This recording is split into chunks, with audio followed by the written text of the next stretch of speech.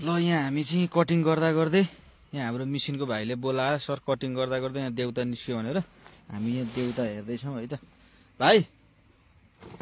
कहाँ कहाँ देख्यौ रे तिमीले देउता खै त्यहाँ हो ल यस्तो छ ए यो त साँच्चै देउता जस्तै छ नि त यार ए सुरुङभित्र चाहिँ यस्तो सुरुङ रहेछ क्या भित्र कटिङ गर्दाखेरि होइन बाहिर चाहिँ त्यस्तो थिएन यहाँ चाहिँ ठ्याक्कै शिवलिङ्ग जस्तै देखिया क्या यो दुईटा होइन पुरै यो दोला खाएको जस्तो टाइपको छ क्या यो यी पुरै कालो यहाँ पसिना आएको जस्तो यी चिप्लो चिप्लो पनि छ यो अनि यहाँ पनि सेम छ क्या फेरि कालो कालो पुरै अनि वहाँनिर हेर्नु त्यो उयो कृष्ण जस्तो देखा होइन पुरै बाँसुरी लिएर फुक्न बसेको देखा नि त्यो होइन यस्तो छ अनि यहाँ भित्रको चाहिँ यस्तो छ क्या माथि पुरै होइन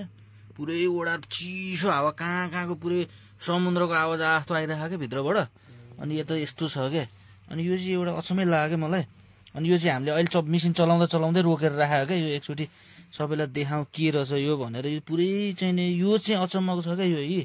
पुरै यस्तो छ होइन यो दुइटै यस्तो फेरि दुइटै यस्तो छ क्या